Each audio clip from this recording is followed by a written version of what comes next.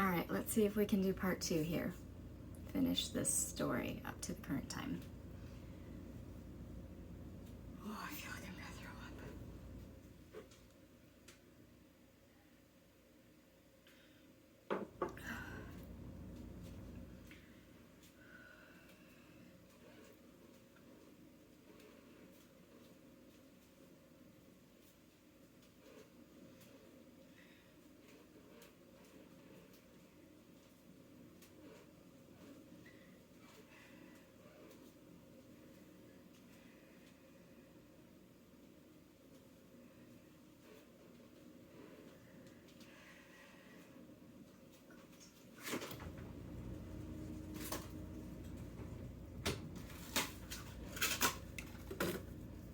This is the something cold trick. It helps reduce the level of stress that you're feeling. If you're feeling overwhelmed, if you're starting to feel a panic attack. I've found especially the face or the wrists is helpful. And you put anything ice cold. This is actually a mochi from the freezer.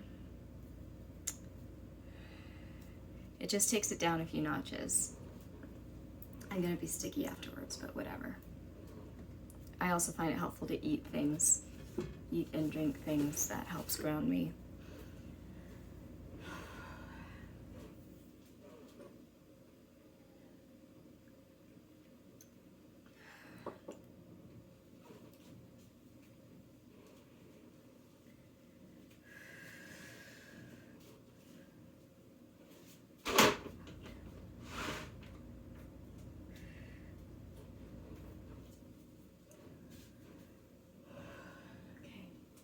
There's no rush. There's no rush. Don't force it. It's okay.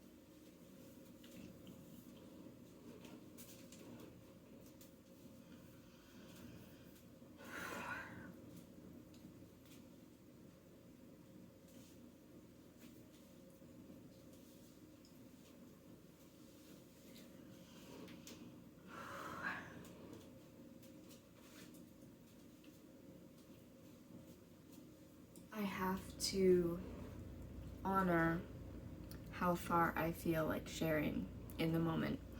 As much as I want to make these videos, it personally actually annoys me when I don't finish a series. And so like there's a part of me that just wants to crank this out there and make it happen.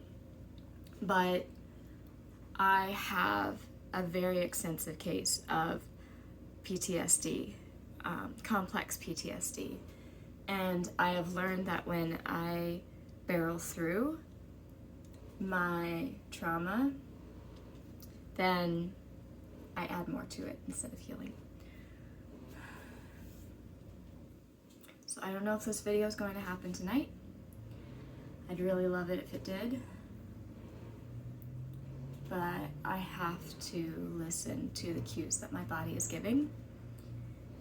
And if I push through, I'll probably either disassociate or I'll have a panic attack. And neither one of those would be helpful to me right now.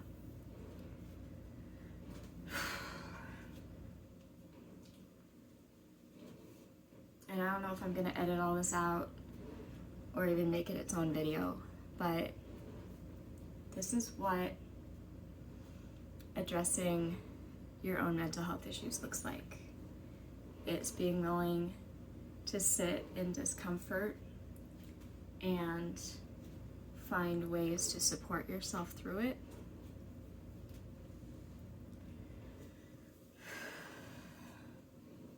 It doesn't look glamorous.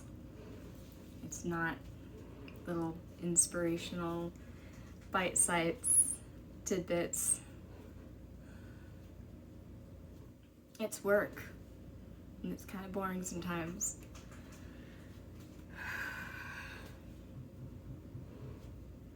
But this is a part of healing.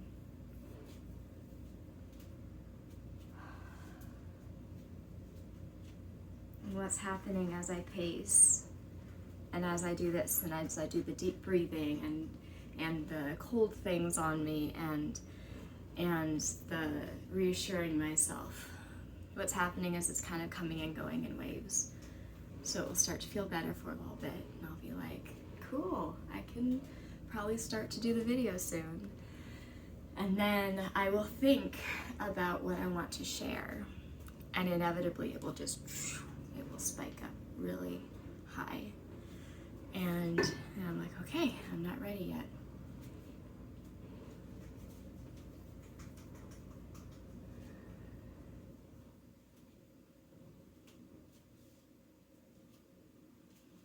And this is actually kind of a version of EMDR.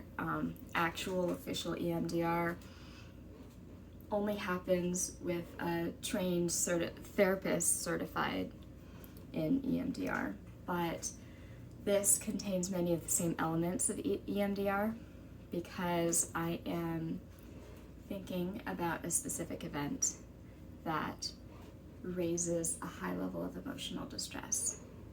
And then I'm sitting with that. I'm not trying to minimize it. I'm not trying to change it. I'm just noticing it. And I'm doing bilateral movement to help myself process through it. And that's the basics of EMDR. A lot of the extra stuff with EMDR is more of ways to like chart your progress, or ways to kind of have some more official internal resources, as well as supporting the client-therapist relationship. But this is the heart of EMDR.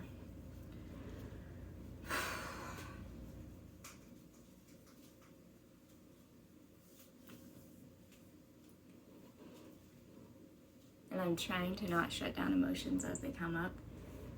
It's hard for me. I would much rather think than feel. And that's part of why I internalize so much trauma instead of letting it process out.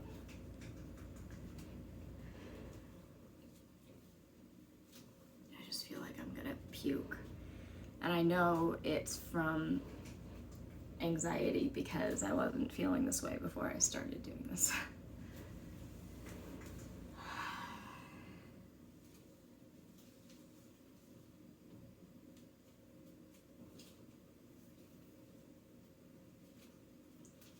You know, no matter how long I've been doing this journey of healing, I have not yet gotten to the point where this happens and I feel like, oh, okay, this is normal. This is a valid reaction to what you went through. It's totally acceptable that you're feeling this way. No, when I start experiencing this, the thoughts I have to fight in my head are things like, why can't you just get it together? You know, aren't you blowing this a little out of proportion? You know, all right, cool, you've been doing this exercise for a while, you're better now, right? And I have to catch those as they come up in my head, and I have to counteract them. Like I would if there was like a close friend of mine in front of me who's going through this. And what would I tell this friend? I would say things like, what you're going through is understandable given what happened.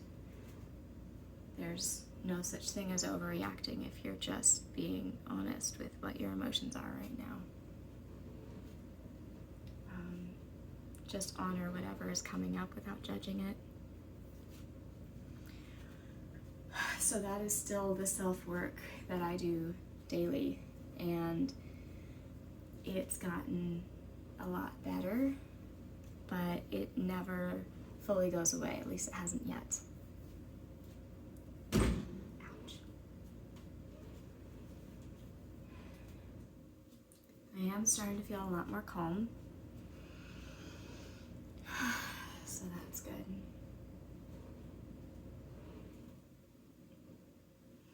I tend to do a lot of stuff in my chest lately, and that's just because my chest is where I tend to feel the emotional blockage the most. It feels like everything is stuck, and the more movement or stimulation that I can give my chest, the more it feels like things are getting unstuck and they can actually move through. There was something I learned from a book, The Language of Emotions, that emotion literally has the word motion in it, and you have to be moving, have movement in order to feel. And you have to let those feelings move through you in order to actually feel them, and in order for them to be released, is there has to be movement.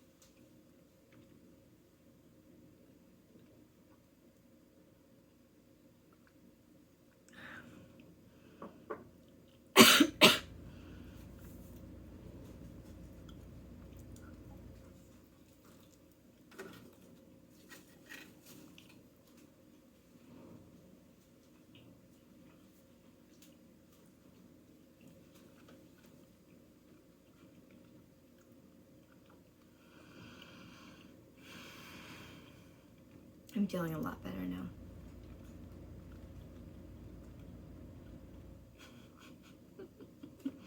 I think I look silly right now, but I am feeling a lot better.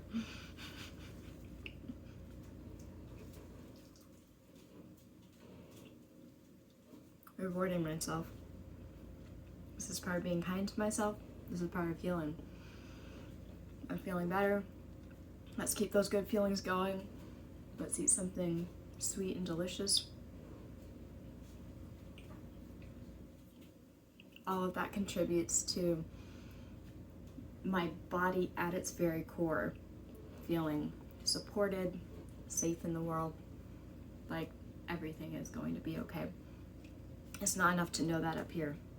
You have to find ways to show yourself internally, to show your subconscious in ways that your conscience can't reach. And it includes things like mochi.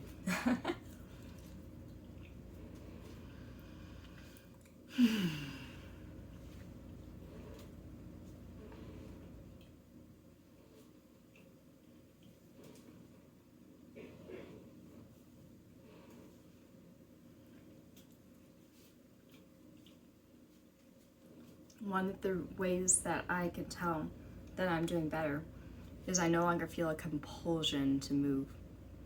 I no longer feel like if I stay still, something bad will happen. Instead, I'm like, I'm feeling kind of tired. Why am I moving around so much? Let's stop that. It's amazing how it changes.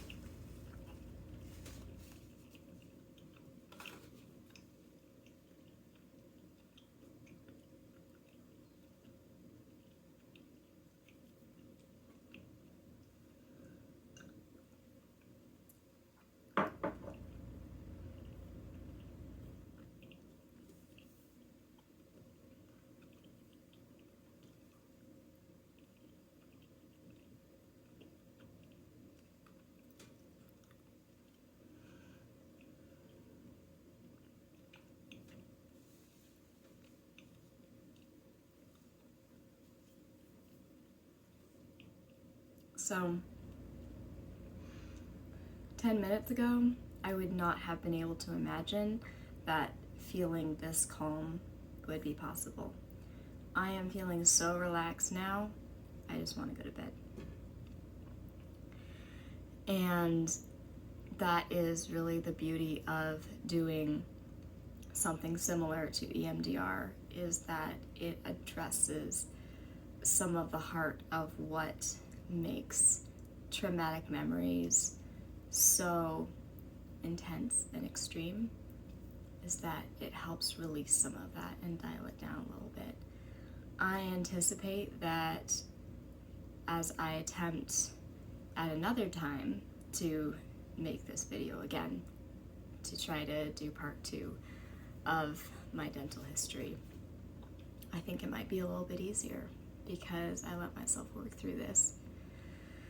But it's not going to happen tonight.